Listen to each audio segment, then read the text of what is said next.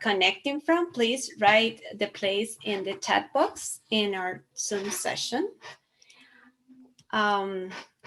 The Inter-Society Color Council is creating Fluorecent Fridays as a platform for university students from different perspectives to network with color professionals and fellow students and to explore cutting-edge information about color's multidimensional nature and its application in the world. If you're interested in being part of this, check out our website. Here is a list of the, yeah, sorry. Okay, now I hear, okay. Our long-term goal is to build a global student chapter that positions color as a multidimensional STEAM model: science, technology, engineering, arts, and math, and provides up-to-date color research by scientists, artists, designers, industry professionals, and students working at the university level. If you're interested in being part of the IACC, some of the benefits of joining as a student, you will get access as a quarterly ICC newsletter, access to recorded webinars, discount on color research and application, professional interaction with color scientists, industry practitioners, in our community. Lena, you're still advanced yet. I know you didn't. We were seeing the welcome slide. I think you have other slides with. Oh, first, really? Okay. Yeah, we're not seeing it change, unfortunately. How weird, because it's showing to me. Okay. Thanks for telling me. Can you see it now? Yes. Okay. So some of the benefits of joining us as an ICC student, you will get access to the quarterly ISCC newsletter, access to recorded webinars, discount on color research and application, professional interaction with color scientists, industry practitioners, and our community. So to join the ICC, you can go to the website, which is the iscc.org. Now, can you see okay, great. Yes, now, and I think today you were going to mention that the membership is $10 for students. Yes, membership for students is $10. So you're all welcome to join the ISCC student chapter. Okay, so today we're going to have 6 guest speakers giving 6 mini talks. And this Fluorescent Friday session will feature next generation color. We will discover different perspectives from students around the world. Get your questions ready for a Q&A session at the end of these presentations. You can write them down in the chat as we go, and then at the end, the panel will answer them. My name is Lina Cárdenas, and I'll be your host. I'm an assistant professor at the School of Design at the Universidad Católica de Chile, and also a board member of the ICC. Our first guest is Olivia Kuzo. She is a PhD student in the program of color science at the Rochester Institute of Technology, where she conducts research in the Studio for Scientific Imaging of Cultural Heritage. She has completed conservation science co-ops at the Smithsonian Museum Conservation Institute and the Getty Conservation Institute. She holds a BS in chemistry from the Pennsylvania State University. She will be talking about the multidisciplinary art of art imaging. Olivia, the screen is yours. Thank you so much for introducing me, Lila, and thank you to our audience for being here. There are some really cool talks ahead today, but I personally think that the coolest part of today is you all and the broad range of interests that you represent. You can see that I consider the research I do to straddle a few different disciplines, and as I continue to learn more about the field of scientific cultural heritage imaging, I only become more convinced that this kind of imaging is certainly scientific in theory, but it's at least equal parts science and art in practice. So scientific imaging is only one of several broader kinds of imaging of cultural heritage. The other general categories are collections photography and conservation documentation. These three kinds of imaging are generally very different in purpose, tools, and results. Collections photography is that which is public facing, and it provides images for things like websites, advertisements, and exhibition catalogs. Conservation documentation is just one way that conservators track changes as they treat and restore objects. Scientific imaging is typically associated with technical studies of artworks. These often support conservation treatments and can answer questions like, what is this material, where is it from, and how was it made? In many cases, then, color can serve a huge role in answering these questions, which is why it's an important facet of many technical imaging campaigns. Because color is so important, multispectral imaging in the visible range is a powerful analytical tool for these campaigns. Not only does it afford killer color reproduction, which is better than what we can get using conventional RGB capture, it also allows us to characterize materials without having to touch them or take samples from them. Both of these features come from the spectral aspect of the imaging strategy. So we're all familiar with the idea that the spectral reflectance of a material, or how much light of each wavelength it reflects, in large part determines the material's color. The reflectance spectrum is also often diagnostic of that particular material, which helps us to identify it. We can measure the reflectance at single points using a spectrophotometer, but if we want to know how the spectra change across a larger area, or even across the entire surface of a painting, point spectrophotometry is going to get really tedious, which is where multispectral imaging and then the larger science of imaging spectroscopy come in. Sophisticated reflectance imaging spectrometers are one of these really hot things in scientific cultural heritage imaging right now. I encourage everyone at some other time to go check out Operation Nightwatch, which is just this massive technical study that's currently underway at the Rijksmuseum, and it's largely driven by this technique. However, you don't actually need super high-tech toys to harness the power of imaging spectroscopy for more routine cultural heritage photography. This is the central tenet of my PhD research. Given that multispectral imaging is in many ways still siloed in science labs, we have been working on ways to make it more accessible and relevant for all of these groups. So the purposes of these different kinds of imaging might differ, but that doesn't mean that we can't strive to empower studio photographers and conservators with advanced imaging strategies that improve the quality of the information they're able to capture. We're approaching this with a focus on more practical multispectral strategies using familiar tools, an RGB camera, and multi-channel narrowband LED lights. I definitely don't want you to think that we're shorting anyone. Even these, comparatively simple tools give us a zillion degrees of freedom to play with. And if we use them brute force to their full potential, we actually get more data than is practical for our purposes. So part of the work involves changing our perspective on multispectral imaging from one that's data-driven toward a more needs-based approach. We believe that we can get these tools in the hands of more cultural heritage photographers by putting careful thought into the question, how good is good enough based on the specific purpose of the imaging? Let me give you an example.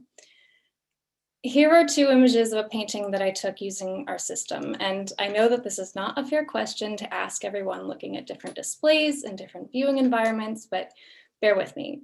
Can you tell a difference between them? Notice that they estimate the spectrum of this magenta color pretty similarly. I'll tell you that the image on the left was rendered from information taken from 10 separate captures, so that's 10 button clicks on the camera, while the one on the right required only 2. Which of these sounds more efficient? Based on profiling the two scenarios, the left image actually does reproduce the colors and spectra slightly more accurately with respect to the real painting. But can we perceive that And if we can't, does it matter?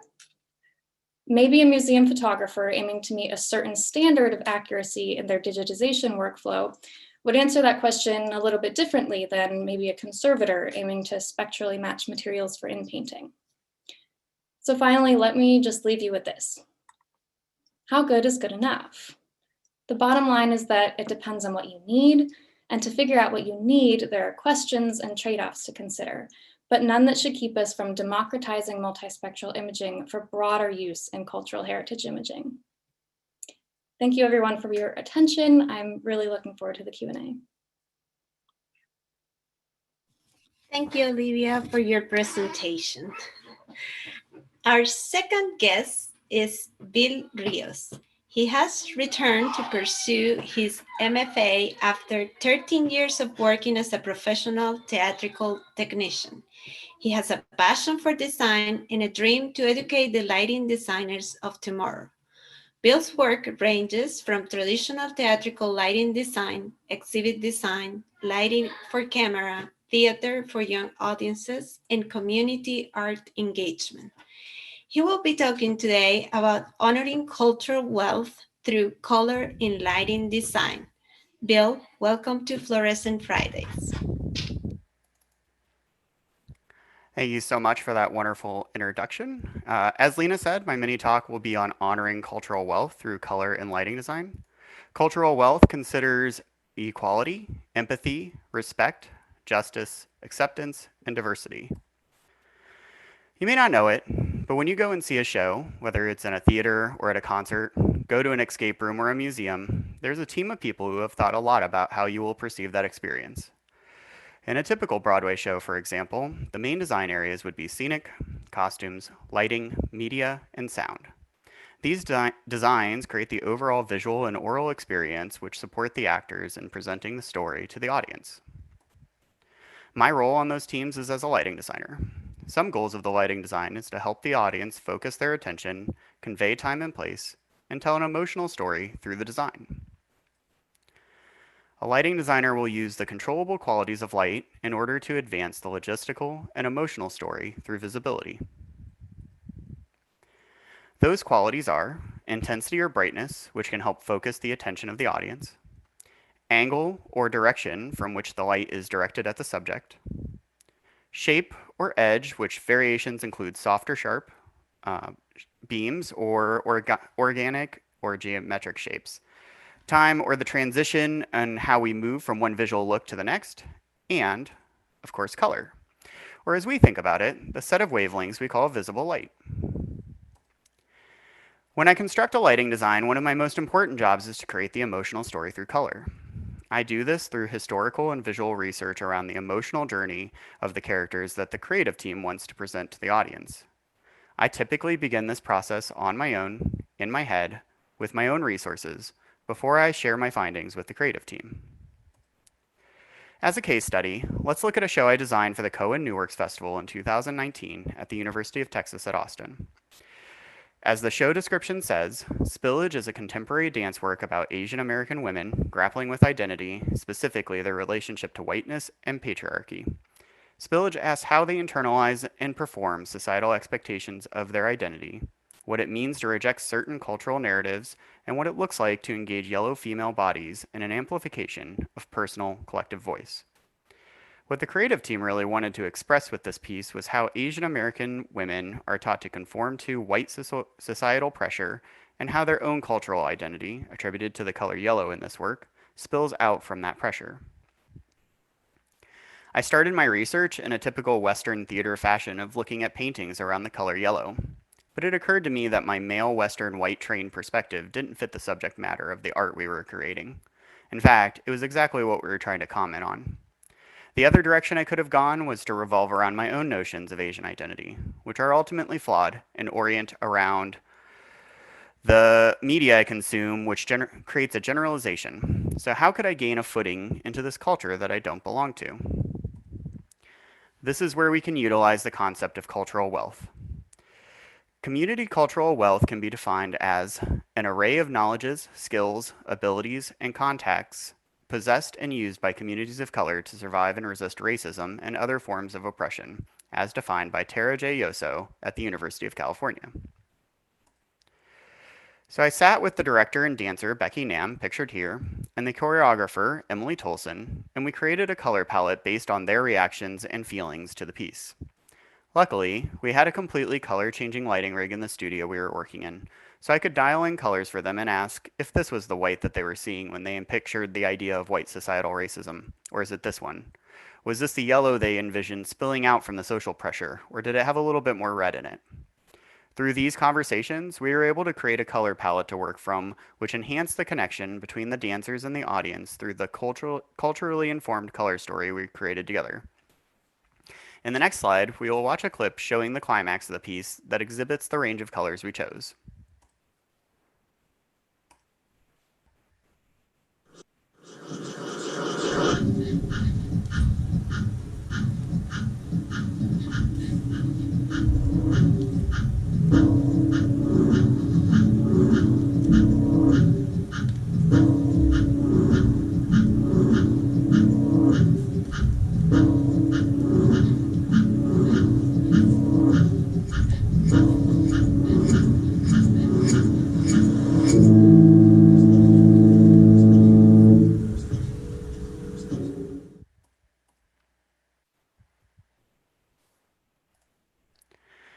In making this composition, we received a wide array of feedback from advisors, including one that told us the piece didn't look Asian enough. But the team decided to follow our instincts and honor the expertise and cultural wealth of the Asian American women creating the work. Honoring and engaging with cultural wealth of a community you do not belong to is a strategy that lighting designers can use to recognize cultural ties to color. As storytellers, we can learn to let go of our own personal narrative and let other communities be co-creators in our art. This process can be valuable in building an anti-racist practice in our art making and storytelling. Through this, we can create cross-cultural understanding that will build equity, respect, and acceptance. Thank you so much for your time and attention. Thank you so much, Bill, for that wonderful presentation. Our third guest is Soojin Lee. She just submitted her doctoral thesis at the University of Leeds. Previously, she worked as an interior designer in South Korea, and she's currently working as a postdoctoral researcher for the Instant Design Project with Axo Novel. Today, she will be talking how individual differences influence effective appraisal of color environments. Soojin, the screen is yours. Welcome.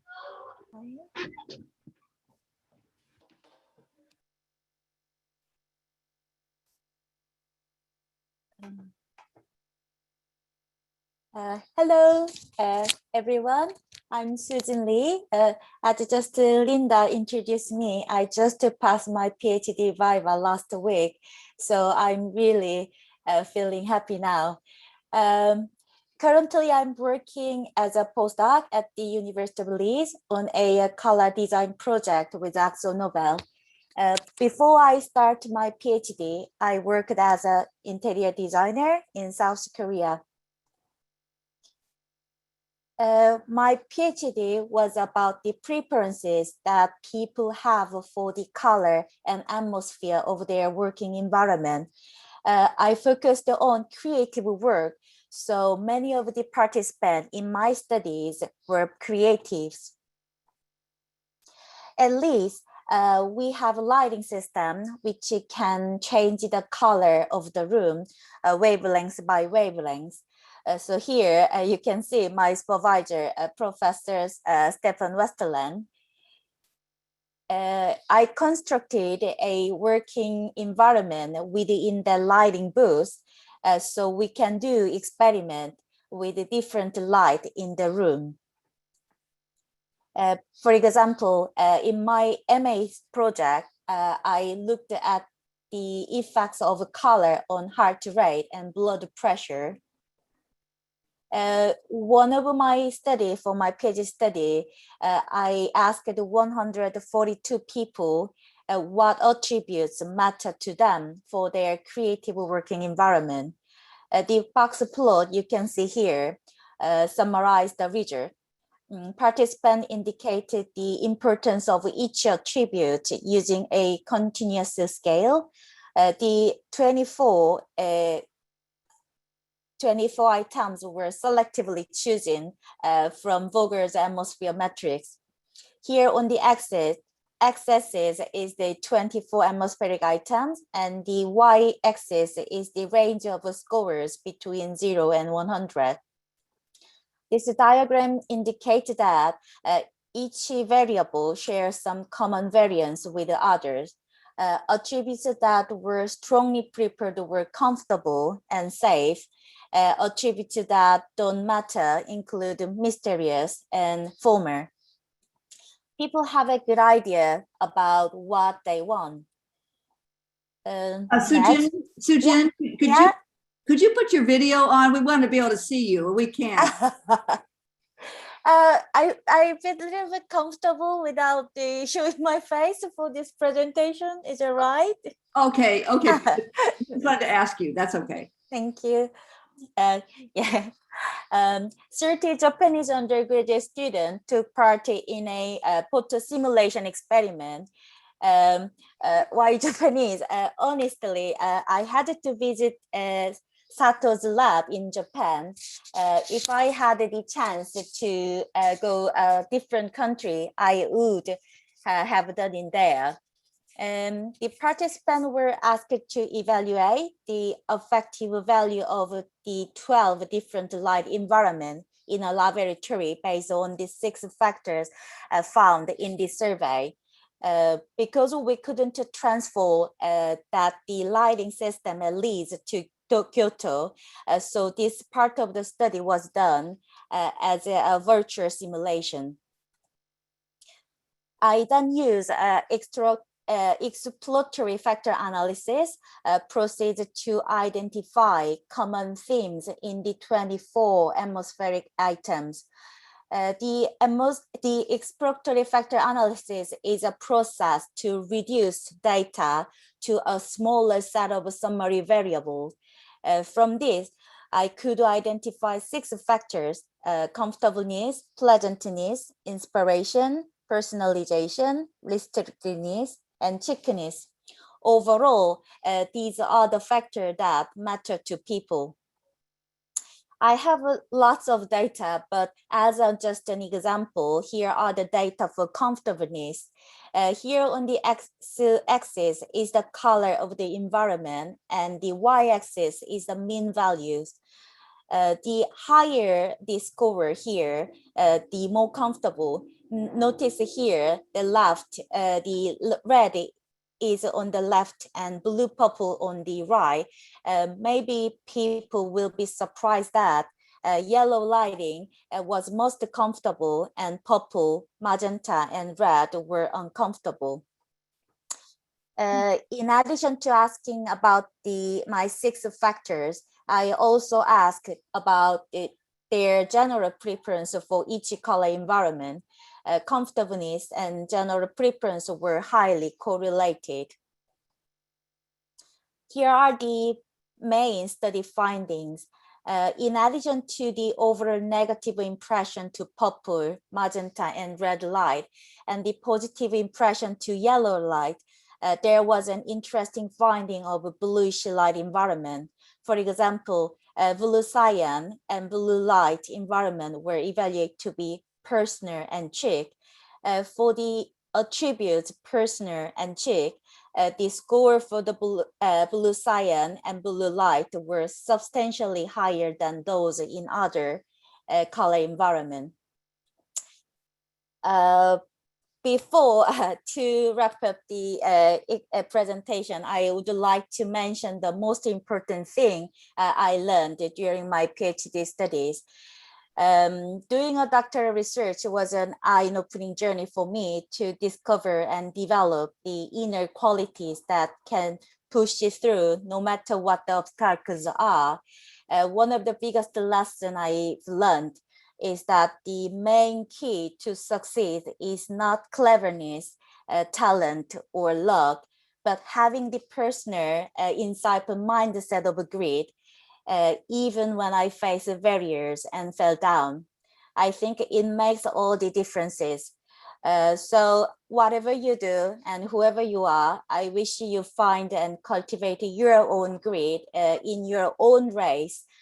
Yeah, thank you for your time and attention.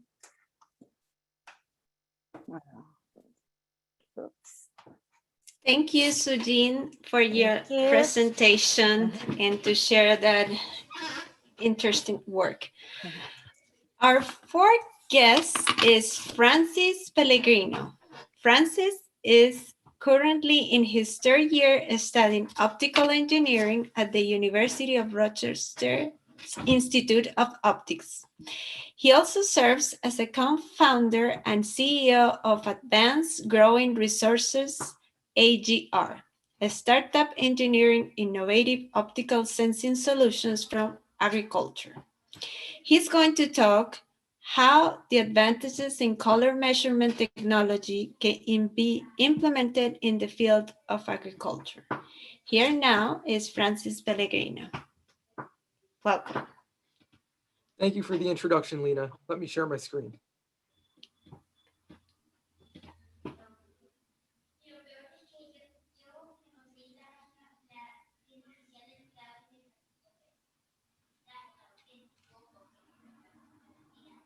Well, it's an honor to join all of you here from the University of Rochester. And as Lena said, I'm currently in my third year studying optical engineering, and I also serve as the CEO of Advanced Growing Resources. My fellow students, Harry Raja-Oberson, Andrew Thankson, and I have come together from 3 different countries spread across the globe to help solve one of agriculture's biggest problems with a healthy dose of color technology. More specifically, we analyze the spectrum of colors reflected from leaves in order to determine key factors of plant health and growth. Now, this is important because crop affliction is a $220 billion a year annual problem, according to the UN. Now, if I were you right now, I'd be thinking, but I'm an engineer, I'm a chemist, I'm an artist, I'm not a farmer. But no matter what we do or where we're from, your next meal is never very far away. In fact, it probably came from a field just like this, where growers keep their plants healthy by mass spraying pesticides and fertilizers. But that's a big problem. The chemicals that coat produce aren't healthy for consumers.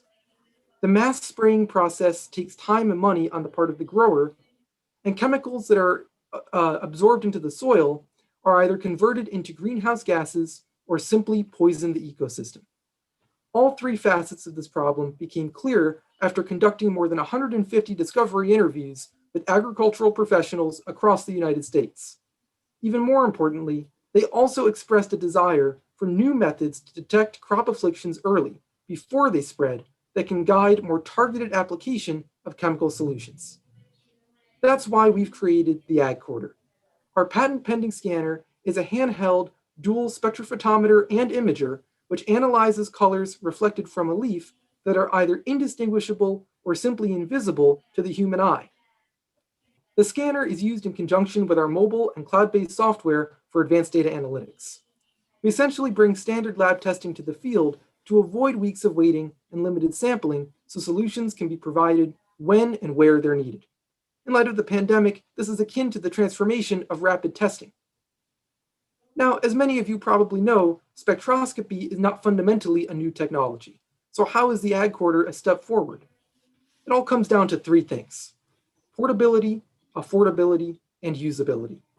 Previous systems, like the one on the left, required a fully loaded rig, thousands of dollars to invest in that equipment, and an operator who is skilled in the art to gather and analyze data. That might be accessible to a handful of color specialists, but not for members of other professions who need just as many capabilities. That's why we're developing the Ag Quarter as a handheld device that can be sold for under $2,000 with a user-friendly application. The foundation for this is made possible by recent advances in affordable microspectrometers and color imaging detectors, in addition to the pocket computing revolution that's been launched by the standard smartphone. I'll stick to the color tech for now, though. Our spectral detector separates incoming light into its constituent wavelengths, similar to a rainbow or a prism. Those, however, are based on refraction, or bending light, while we use diffraction, or dispersing light. A diffractive optic similar to what's used in the ag quarter spectrometer is shown here. It looks like a mirror, but advances in holographic lithography have made it possible to etch fine diffractive structures onto the surface with a process that enables mass production. The ability to manufacture these diffractive mirrors, called concave holographic gratings, at scale has led to a new evolution of spectrometer design. As you can see on the right, the single element can now replace the bulky and expensive chain of optics that comprised the previously standard design. Instruments that used to be the size of a brick can now balance on the tip of your finger at a price point that falls within the range of installation into high-end consumer products. At AGR, we've left the development of our spectral detector to one of our corporate partners who has advanced manufacturing capabilities. Our team integrates it with proprietary optics that serve as the eyes of the system, combining that spectral data with additional imaging capabilities to feed powerful results.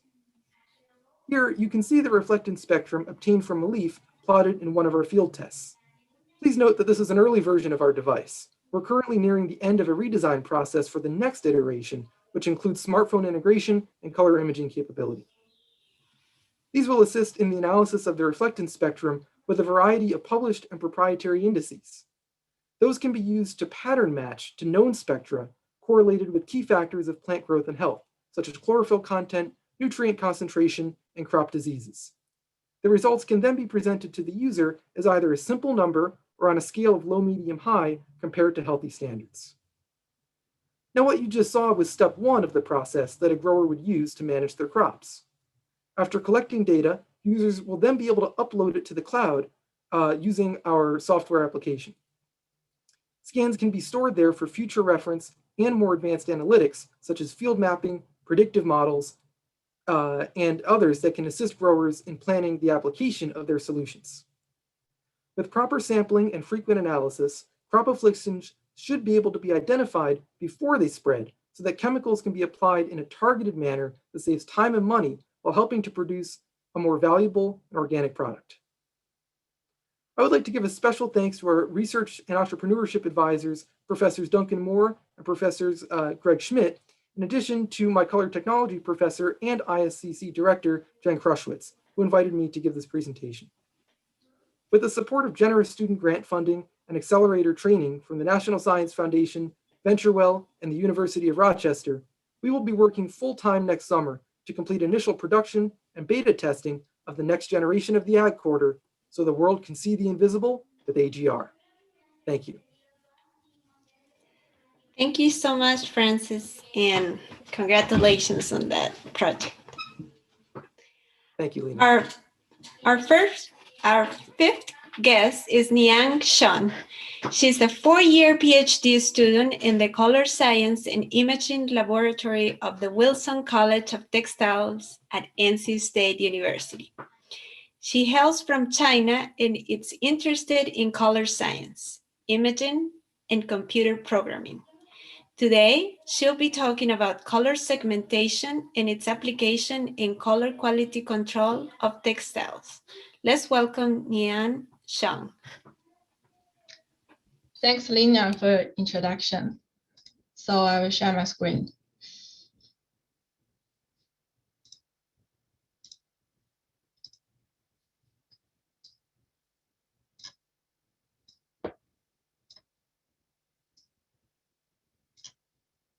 Okay. Good afternoon, every guest. I'm Nian, and I'm very honored to be one of the speakers today. My topic today is about color segmentation and its application in color quality control of multicolored textiles.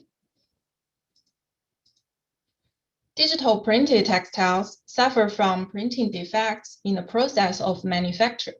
Improper ink viscosity, irregular substrate surface, and many other factors could cause the color quality not satisfied against the standard. For example, the observer may see a visible color difference between the brown color on the standard sample and the brown color on the batch sample. In that case, he or she has high possibility to fail the color quality of the batch sample, since the color variation is not desirable in production. To evaluate the color quality in textile industry, there are usually some subjective evaluation involved. In industry applications, color quality control is important for color reproduction purposes, while the reproduced colors are required to be correct when viewed by the observers. The most intuitive way to assess color quality is to ask a human observer to either view the physical samples inside the viewing chamber or a color-calibrated monitor. The figure on this slide shows how an observer measures the quantitative perceptual color difference via the grayscale method. Another way to assess the color quality is through instrumental measurement by obtaining its spectral information in the visible light spectral range of wavelengths. Since the physical properties required to describe a color prior to its perception could be determined via the interaction of the light, the sample, and the light source, spectral information is obtained using spectrophotometers or radiometers. Tri-stimulus values are common parameters obtained through this instrument, and the reflectance spectrum is also obtained as the intrinsic optical characteristic of the colored object. However, this instrument usually have limited size of apertures, and it averages the colors included in the aperture area during the measurement, which results in not a very accurate and efficient way of measuring the multicolored pattern objects. A third way is to apply an image-based colorimetry to measure the colors of a large-scale multicolored fabrics by analyzing its digital images.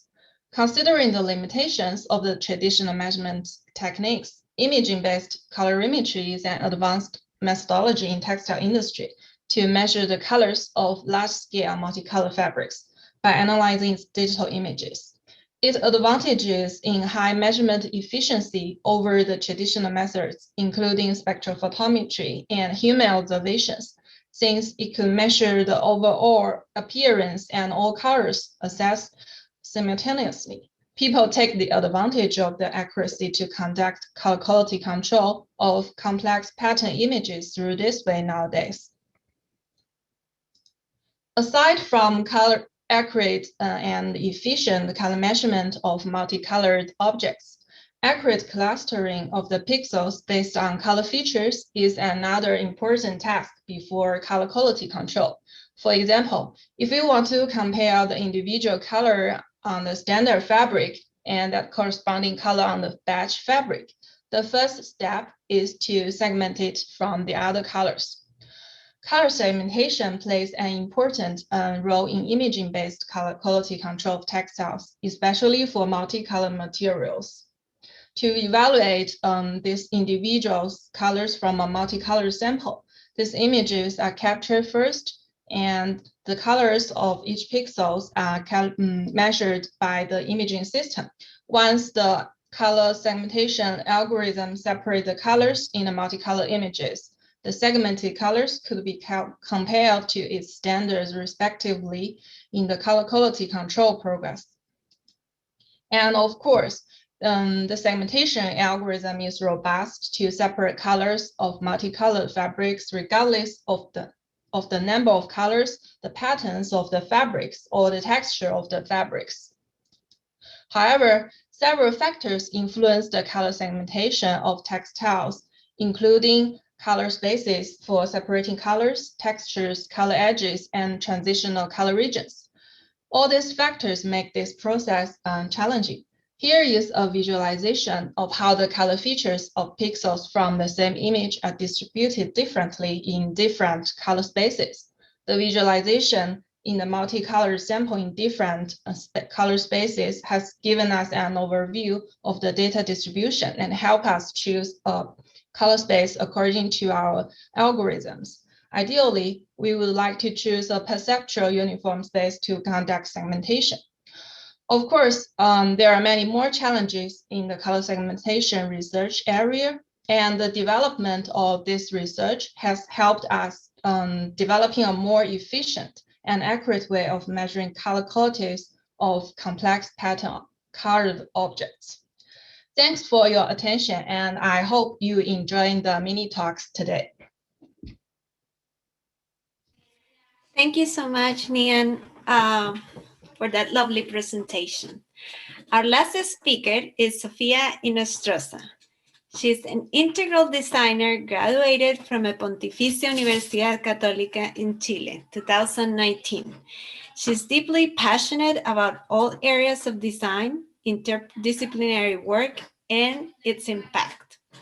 She's currently working in Will of the World as an UX UI designer and helping make the world accessible. She will be talking about the application of violacine from Hantinobacterium lividum.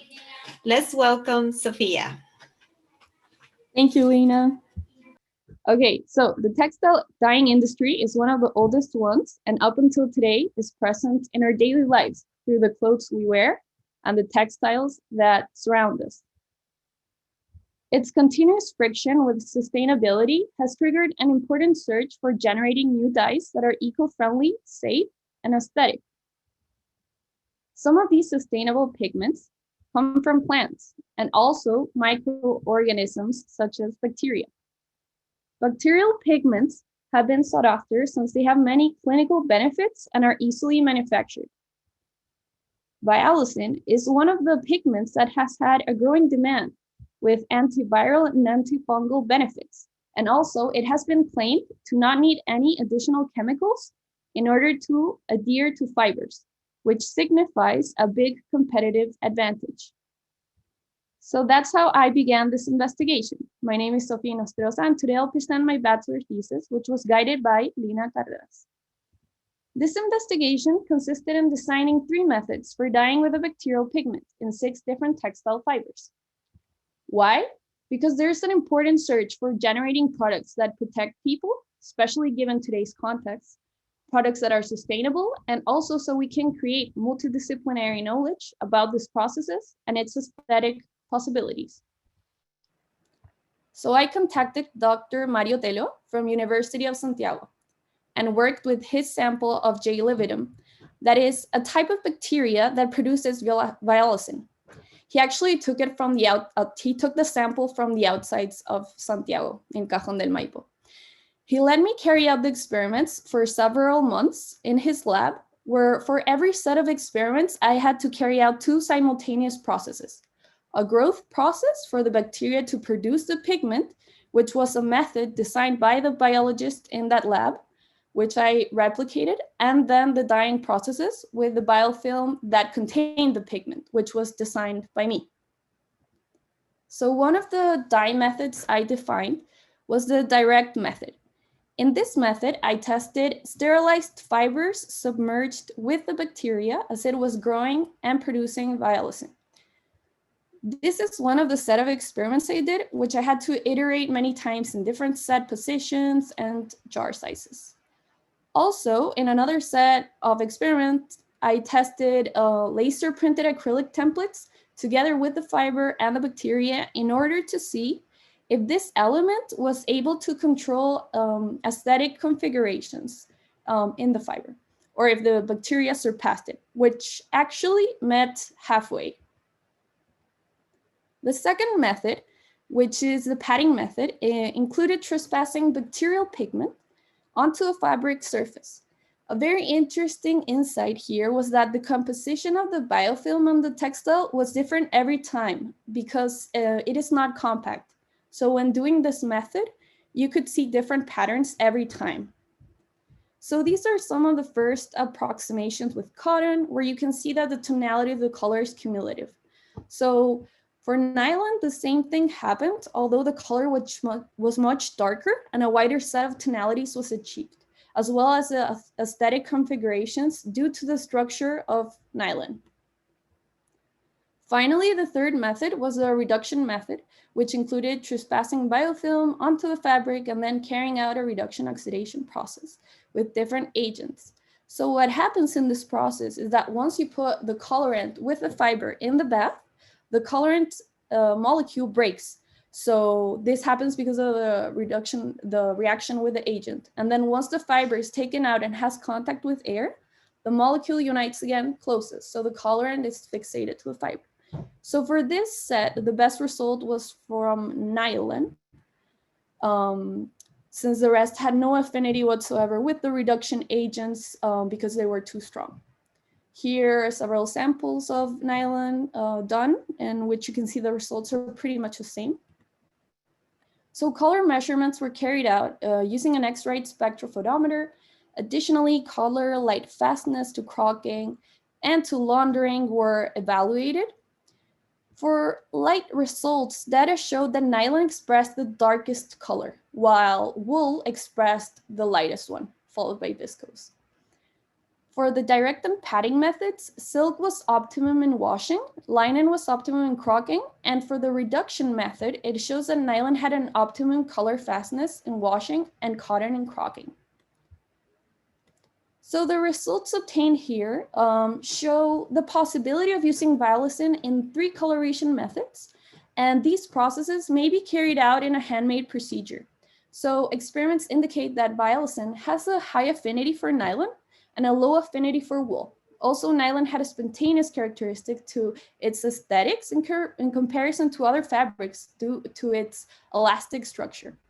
The best control method was patting due to its cumulative characteristic. The one that created the most accidental aesthetics was both direct and patting method, being the direct one more spontaneous. Since you're completely letting the bacteria take over the design, and it's like a co-designer.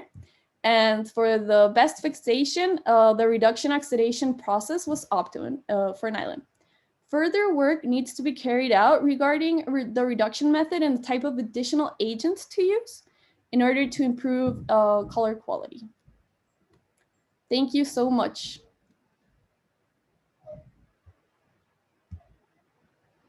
Thank you, Sofía, for that lovely presentation. Now, I'll invite you to ask questions to our panel through the chat. Luan, or can you help me? Yes, and while we're doing this, please, everyone, we're asking you any insight or feedback you have for everybody who's here. Just let us know, like, one thing you learned or what you liked about it. We had a question. It was Olivia was answering it first. It was the first one for her, and that was, what was the advantage of her research, in color, in getting measurements of color. And I know you worked for the Getty Museum over the summer, and so if you could just give us a sense of what were they looking for? What is that? How does that help a museum? Sure. So I mentioned 2 important things in my chat answer that I'll reiterate here, and maybe I'll flip-flop them. So probably first and foremost, for conservators who are doing any sort of think about in-painting or restoration work on a painting that's had paint chipping off or something, if we can use this kind of imaging to identify the pigments that are present there, we can let conservators know what actually that material is, so that they can use, if not the same material, then a material with similar spectral properties, so that it's going to look the same. It's going to match the material that's original to the painting, right? And then hopefully, if you are restoring an object with materials that have the same spectral properties, they'll age in the same way, so that as the pigments age and maybe fade over time, the restoration won't look different than the original as things change. So that was one thing. And the other thing is that we can quantify how pigments and how different materials fade over time. And doing that, so imaging, over a certain lifetime can tell us how colors change. And that can be really important for informing exhibition guidelines. So things for light levels and light duration all go into the whole gallery experience and designing exhibitions. Those are just 2 things. That's really interesting, Olivia. And you just got a question from Michelle Habeck, who asked you, is the reading process that you are studying only able to read the surface pigments, or might you also view layered or mixed pigments? So since we're working in the visible range, we don't penetrate very far into the surface of materials. That's more in like longer range. So IR imaging, you'll get subsurface imaging and be able to visualize subsurface. So not in the particular color imaging that I'm doing. So this is one of the things that's so interesting about what I'm learning, and I mentioned I'm a painter, so I'm learning all these things from colors, the science, and as Lena said, you know, with looking at science, at color in a STEAM way, so science, technology, engineering, arts, and math, you really now get to see how we use it in the world, and most of us don't know or don't realize, you know, how it's used, you know, outside of, you know, just basic paint. So that leads me to another question. This one is for. Let's see. Let's see. Well, let me ask Francis this. Francis, you were the question about how your tool is used in the field and the advances in the technology that you're going to be able to use. I know there was a question when we had the practice session. There are instruments out there, and you did mention, you know, the advances that you are doing, and I'm guessing, you know. Can you give us a little more about like how you realized there was this gap and what you could do to actually take it to the next level? Sure. So after talking to a lot of customers, we found that what most people are currently using, which is hyperspectral imaging cameras on either drones or tractors, those are cameras that divide up the spectrum into a small number of components, maybe 9 to 12 channels.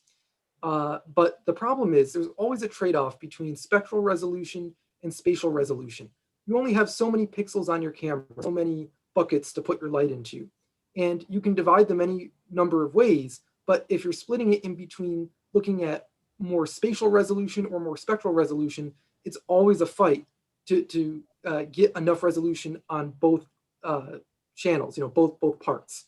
And so that's led to those kinds of solutions not really being good enough in either way, not a good enough imager and not good enough spectrally. And that's what we've tried to solve in our device. So it's handheld, which means you can get it directly up to the plant and directly up to the leaf. So already you're looking at much better resolution. It's almost like you're using a microscope instead of a telescope.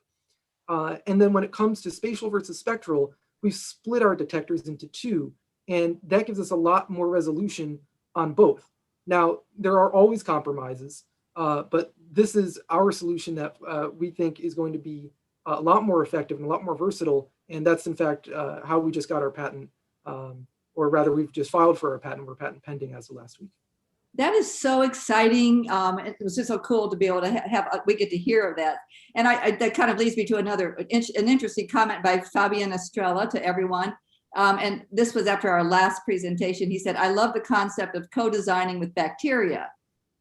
It's a really different production process from what's stabilized. Now that question then would go to our last presenter, I think. Just talk a little bit more about co-designing with bacteria. Yeah, so for the direct method, that was the main one in which bacteria co-designed. So it also depended a lot on the affinity it had for the different type of fibers. And so another factor is also the composition of the biofilm itself. It's different every time you cultivate it. So in some areas of the fibers, it grew. In some other areas, some of the components of that biofilm stayed, and in others it didn't. So then you had a different aesthetic configurations, and that is how, since the bacteria was actually growing together with the fiber, it was producing different designs. Well, it sounds like you're answering a question that Vivian asked you, which is, she said, I would like to know what was a real discovery for you, what made you happy?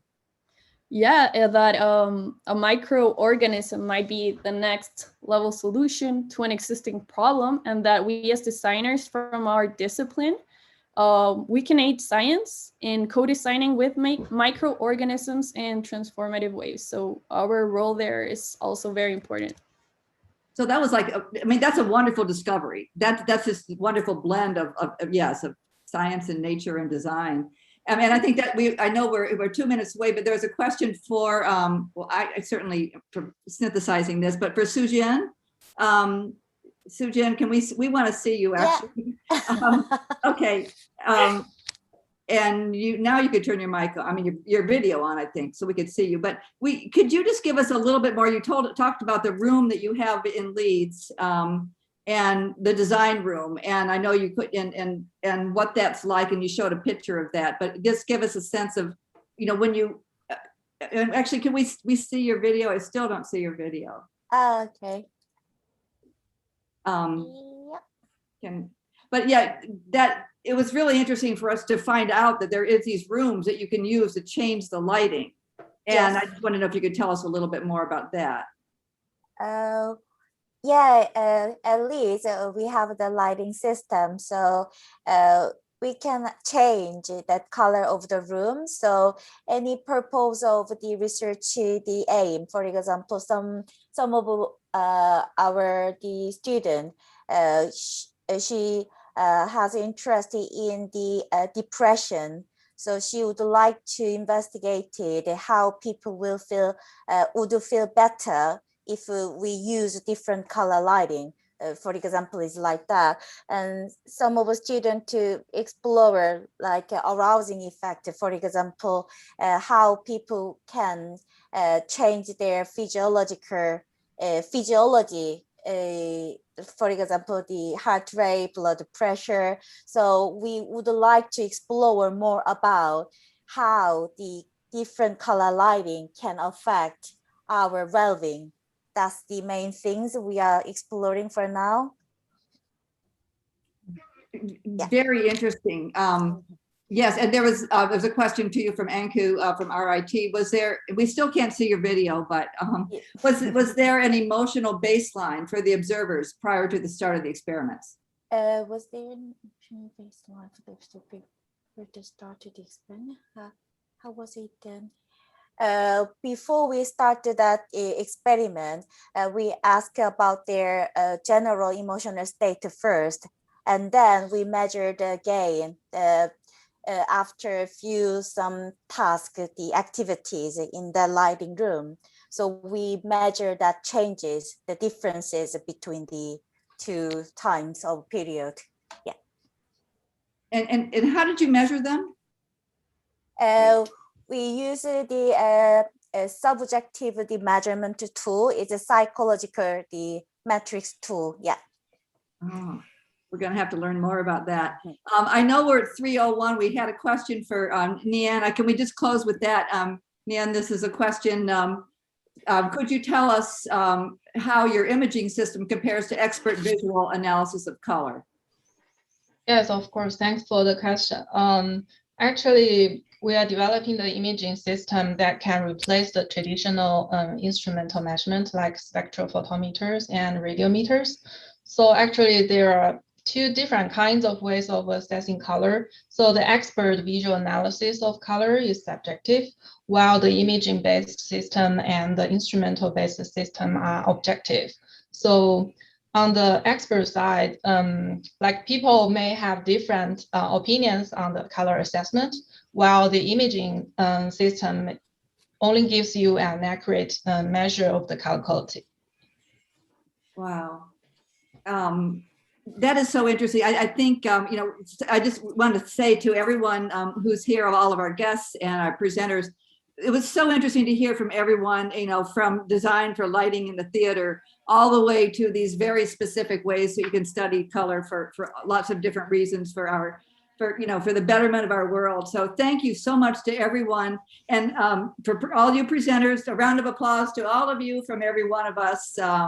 Thank you so much. And, may your research continue and to put beautiful color in the world. To everyone who's been presenting, who joined us today, thank you so much. And we look forward to seeing you for the next Fluorescent Friday. So stay tuned. And be Oh, yeah. Thank you, everyone. And then please save your day for our next event, which will be Friday, June 25th. We will continue with these mini talks, but this will be our second series of mini talks with students from around the world studying with color. So if you would like to share your research, please contact us. Thank you, everyone. Thank you, Lena. Take care. Thank you.